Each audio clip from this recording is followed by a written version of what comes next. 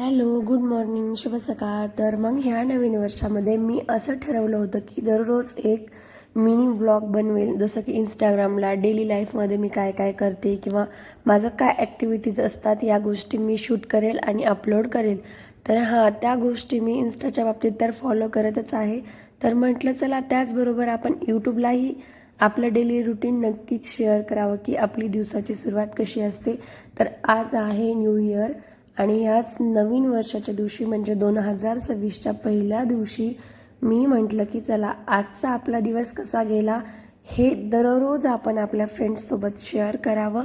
आणि याचे जे आपण मिनी व्लॉग बनवत आहेत तर ते मिनी व्लॉग बनवण्यासाठी आपण काय काय मेहनत घेत आहोत किंवा आपली कशी शूटिंग एडिटिंग अँड ऑल कसं आहे ते आपण आपल्या फ्रेंड्ससोबत शेअर करूया. तर चला पाहूयात आमचं न्यू इयर म्हणजे आमच्या न्यू इयरच्या दिवसात पहिल्या दिवसाची सुरुवात कशी झाली आणि दिवसाचा शेवट कसा झाला तर ते आपण आत्ताच्या व्हिडिओजमध्ये पाहूयात. सगळ्यात अगोदर तर सकाळी लवकर उठली आणि या वर्षाची सुरुवात होत आहे गुरुवारपासून म्हणून छान असं फ्रेश होऊन देवाची पूजा केली, स्वामींचं नामस्मरण केलं आणि नंतर तोपर्यंत माझा बच्चू उठलेला होता. तर थोडासा टाइमपास म्हणून बच्चूसोबत गॅलरीमध्ये असं एक छोटंसं रील शूट केलं. तेही मला अजून अपलोड करायचं बाकी आहे कारण वेळ नाही भेटत. पण चला तेवढंच एन्जॉयमेंट म्हणून मी त्याच्याशी थोडंसं एन्जॉय केला आणि नंतर मग आम्ही बच्चूला आंघोळ वगैरे घातली. सध्या खूप थंडी आहे म्हणून त्याला मी 12-1 वाजेपर्यंत स्वेटर त्याच्या अंगातच ठेवते. आणि माझ्या बच्चूनं आज नवीन वर्षाचं त्याच्या मम्मीसाठी बनवलेली आहे काहीतरी स्पेशल डिश. आणि तुम्ही पाहू शकतात मुलं असं आपल्या पॅरेंट्सला एंटरटेन करतात किंवा त्यांना असं स्पेशल फील करतात. जोपर्यंत माझा स्वयंपाक होते किंवा जोपर्यंत मी काही चहा स्वयंपाक पूर्ण गोष्टी माझी छोटी मोठी कामे आवरून घेते आहे तोपर्यंत माझा बच्चू असा मस्त त्याच्यात गुंग असतो किंवा किचनमध्ये छोट्या छोट्या भांड्यांपासून तो खेळत असतो. तर असंच त्याच्यासोबत टाईम स्पेंड करत करत मी मस्त अशी सर्व कामे आवरून घेतली. छान असं किचन आवरलं आणि आता 2-1 वाजायच्या जवळपास टाईम आला होता. तर माझा बच्चू झोपला आणि आता मी म्हटलं चला जो काही मेस पूर्ण हॉलभर झालेला आहे, जी हॉलमध्ये सर्व खेळणे वगैरे ह्या गोष्टी पडलेल्या आहेत तर चला आता आपण ते क्लिअर करून घेऊयात आणि हॉलची स्वच्छता करायला घेऊयात. मुले असताना पण ह्या गोष्टी होतात पण परत परत परत परत ते त्याच गोष्टी परत पांगवणार म्हणून मी शक्यतो पिल्लू झोपल्याच्या नंतरही ते कामं करते. कधी कधी तो जागी असेल तेव्हाही मी ते कामे करते. पण आज म्हटलं चला आता आपण क्लिनिंगला सुरुवात करूया. तर श्लोकची झोप होईपर्यंत मी बाकी सर्व कामे आणि हॉलची क्लिनिंग करायला घेते. तर सगळ्यात अगोदर मी तिथे पडलेली अंथरुणं वगैरे सगळे गोळा करून ठेवली कारण सध्या खूप थंडी असल्यामुळे मी शक्यतो हॉलमध्ये पूर्ण मॅट्स गादी वगैरे अंथरूणच ठेवते जेणेकरून श्लोक खाली बसणार नाही किंवा फरशी त्याला गार लागणार नाही. फरशी तर खूप जास्त थंड लागते आणि मुलं एकतर सॉक्स वगैरे घालायला नको म्हणतात. त्यामुळे मी सगळीकडे मॅट्स वगैरे टाकून ठेवते आणि ते मला आवरायला बराच वेळ लागतो. आणि तुम्ही पाहू शकतात मुलांना खेळणे इवन त्यांची सायकल पण त्यांना हॉलमध्येच खेळायची असती किंवा हॉलमध्येच ठेवायची असती. तर अशा पद्धतीने मी एक एक करून माझी कामे आवरून घेते. तर आज न्यू इयर आहे आणि प्रत्येकाने न्यू इयरचं काहीतरी रिझॉल्युशन ठेवलं पाहिजे म्हणजे स्वतःमध्ये काहीतरी आपण चेंजेस करू असं नक्कीच प्रत्येकाने केलं पाहिजे. आणि एका मुलाच्या किंवा एका छोट्या बेबीच्या आईने कुठले जर ठरवलं तर त्या गोष्टी वेळेवर होणे शक्य नाही पण ते करण्याचा प्रयत्न आम्ही करू असं तरी प्रत्येक मॉमीनं आज ठरवलं पाहिजे, प्रत्येक आईनं आज ठरवलं पाहिजे असं मला वाटतं. आणि मीही अशा काही छोट्या छोट्या गोष्टी आजच्या दिवशी ठरवल्या आहेत. तर बघूया कितपर्यंत त्या गोष्टी माझ्याकडून होतात. कारण कसं आपली मुलं छोटी आहेत तोपर्यंत तर आपण पूर्ण गोष्टी रूल्स अँड रेग्युलेशननी किंवा परफेक्ट टायमिंगनी नाही करू शकत. जसं जसं आपली मुले मोठी होताल तसं आपल्याला ती सर्व कामे करायला सोपं जाईल. मला तर अजिबात सध्या नाही होत पण बघू मी त्या गोष्टी वेळेत आणि व्यवस्थित करायचा प्रयत्न करेल. तर आता जवळपास हॉलमधलं पूर्ण सामान मी आवरून घेतलं.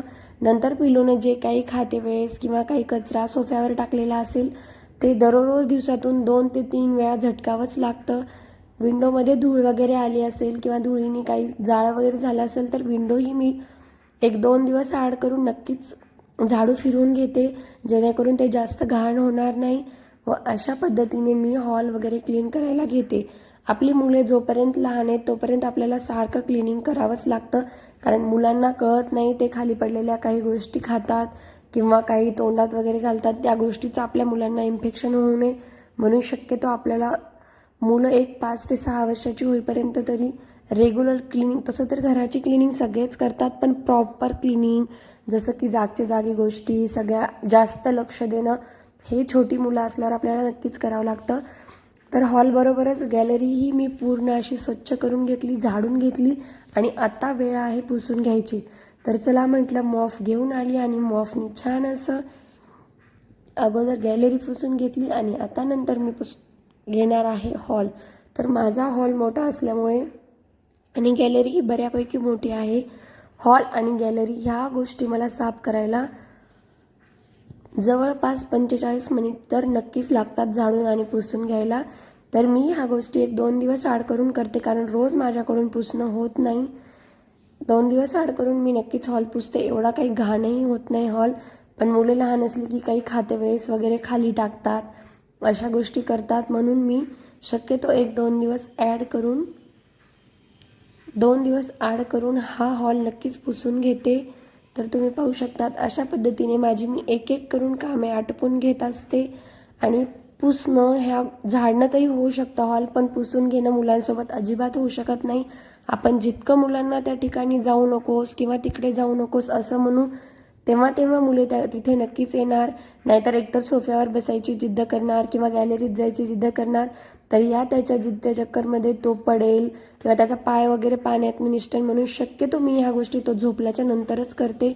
तर आता म्हटलं चला फॅन लावून घेऊयात, कारण पिल्लू उठायच्या आत फरशी पूर्ण वाळूनही गेली पाहिजे, म्हणून फुल फॅनवर छान अशी फरशी क्लिनिंग केली. आणि तोपर्यंत माझं पुसणं होतंय आणि आपली फरशी पुसतच हटकून जाईल आणि पिल्लू उठला तरी त्याला काही प्रॉब्लेम होणार नाही असं मला वाटलं. कारण खरंच मुलं असं पाहत नाहीत, ऑन दी स्पॉट फास्ट येतात, तर बऱ्याच वेळा ते स्लिप व्हायची भीती असती आणि रोखून पाय तर अजिबात टाकत नाहीत. श्लोकसोबत असं बऱ्याच वेळा झालंय, तेव्हा असा घाईघाईत उठून आला किंवा इकडच्या रूममधून इकडच्या रूममध्ये आला तर तो खूप वेळा सटकतो, काही सांडलेला असेल, म्हणून मी पुरेपूर काळजी घेते की त्या गोष्टी तो झोपल्यावरच करेल.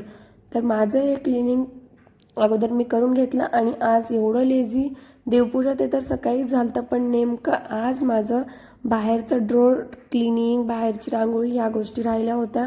आणि मी तुम्हाला अगोदरही शेअर केलं होतं की मला बाहेरचं क्लिनिंग आणि घराला धूप, बाहेरची रांगोळी नाही काढलं की मला करमतच नाही. त्यामुळे कितीही लेट होऊ देत मी बाहेरचं स्वच्छ करून रांगोळी नक्कीच काढते. तोपर्यंत माझा बच्चू उठलेला होता आणि त्याला गप्पा मारत मारत मी हे छोटंसं काम तर नक्कीच करू शकते, कारण बाहेरची क्लिनिंग तर मी अगोदरच केली होती. पुसून वगैरे पोर्च हे सर्व मी अगोदरच घेतलं होतं. आता फक्त राहिलं होतं तिथं छान अशी रांगोळी काढणं.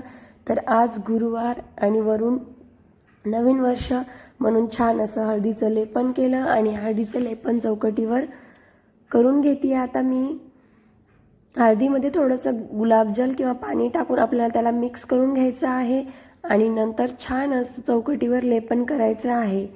तर बच्चूला आता झोपेतून उठल्यामुळे भूक लागलेली आहे, तर मस्त अशी रांगोळी काढून घेते आणि नक्कीच त्याला खायला लगेच देते. तर अशा पद्धतीने माझ्या मुलासोबत रुटीन असतं. आणि तुम्ही पाहू शकतात जी काही तुमची कामे आहेत ती फक्त मुलं झोपल्यावरच होऊ शकतात, कारण ते जोपर्यंत जागी आहेत तोपर्यंत तर सारखं त्यांचं परेशान करणं हे चालूच राहतं. काहीच गोष्टी असतात ज्या त्यात तुम्ही त्यांना घेऊन करू शकतात.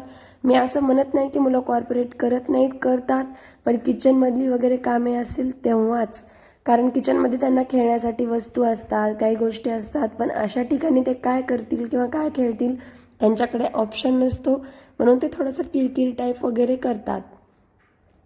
तर मी अशा पद्धतीने पिलूला एंटरटेन करत त्याच्यासोबत खेळत पूर्ण माझी कामे आवरते. आणि माझं नवीन वर्षाची दिवसाची सुरुवात काहीशी अशी होती. तुम्ही तुमच्या नवीन वर्षाची दिवसाची सुरुवात कशी केली, तुमच्यासाठी नवीन वर्ष कसं झालं किंवा काही सेलिब्रेशन वगैरे कसे केले कमेंट करून नक्की कळवा.